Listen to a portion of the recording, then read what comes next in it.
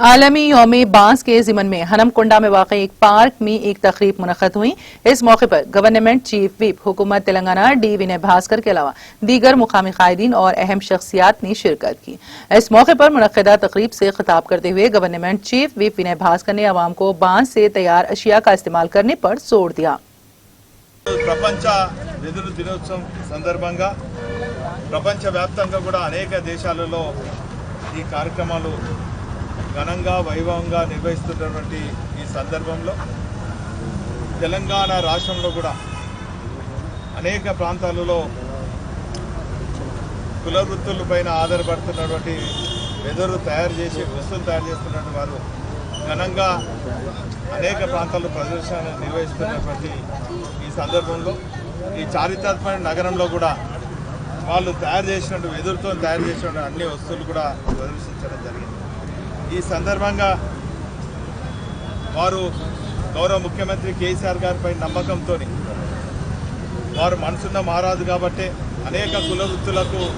అనేక రకాలుగా సహకారాలు అందిస్తున్నారు కాబట్టి మా వేదిక సంఘం సభ్యులకు కూడా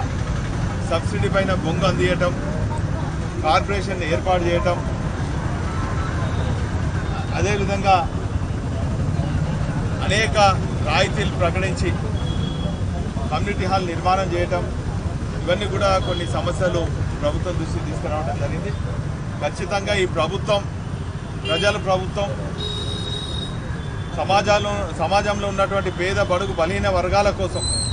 వారి అభ్యున్నతి కోసం పాటుపడే ప్రభుత్వం కాబట్టి ఖచ్చితంగా వీరి సమస్యలను మరి సానుకూలంగా స్పందిస్తారని ఆశిస్తూ మరి వీరు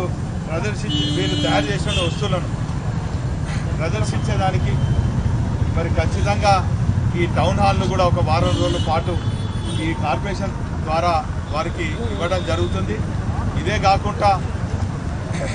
వారు తయారు చేస్తున్న వస్తువులకు ఇంకా నైపుణ్యం అందించేదానికి టాస్క్ ద్వారా మరి గౌరవ మంత్రివర్యులు కేటీ రామారావు గారు వారి నాయకత్వంలో ఉన్నటువంటి Telangana academy of skill and knowledge centre కూడా వరంగల్ ఉంది కాబట్టి ఈ సెంటర్ ద్వారా మా మహిళా సోదరులకు యువకులకు మంచి నైపుణ్యం ఇప్పించి తద్వారా వాళ్ళు తయారు చేసినటువంటి వస్తువులన్నిటికి కూడా మార్కెటింగ్ సదుపాయం కల్పించి తద్వారా వారందరూ కూడా ఆర్థికంగా ఎదిగేదానికి దోహదపడతారని కూడా సందర్భంగా తెలియజేస్తున్నాం।